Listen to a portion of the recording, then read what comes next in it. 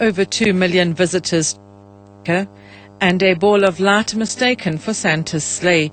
Good evening, I'm Tracy Bumgard. The Home Affairs Department has facilitated the movement of about 2.5 million incoming and outgoing travellers since the beginning of December. The travelling process has covered flights, seaports and road transportation. Minister Nkosazana Dlamini-Zuma says they are on course to ensure that South Africans and foreign nationals enjoy a smooth experience through ports of entry. She has expressed satisfaction for improving levels of efficiency in immigration services at OR Tambo International Airport since the deployment of 350 SANDF members last week. Western Cape traffic authorities have pulled 2 long-distance buses off the N1. Provincial Traffic Chief Kenny Africa says the message to taxis and buses are clear. No unroadworthy vehicles will be tolerated on the province's roads. One at the Ultracell, the N1 outside Worcester, and then there's a roadblock just before the tunnel.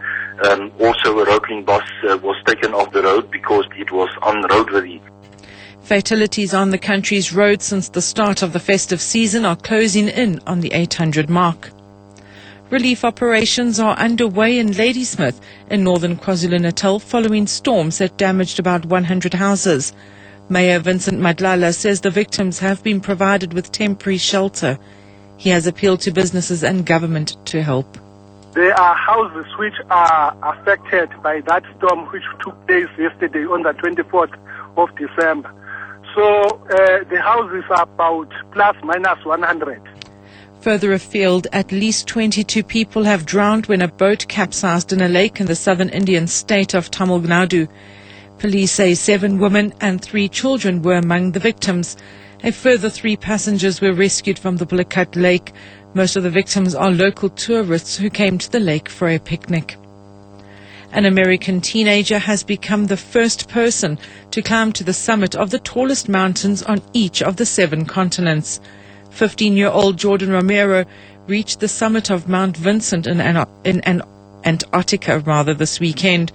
This report from the BBC's Joanna Jolie.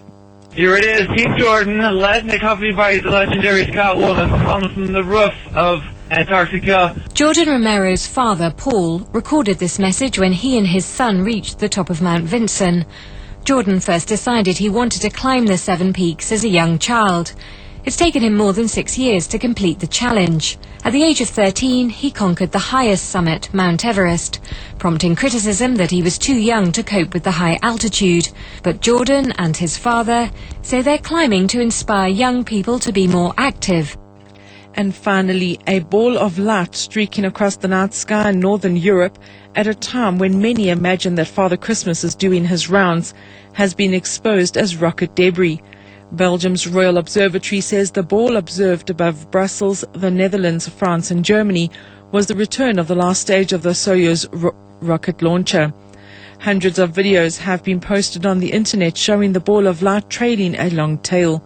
The Soyuz rocket carrying the satellite crashed into Siberia minutes after its launch.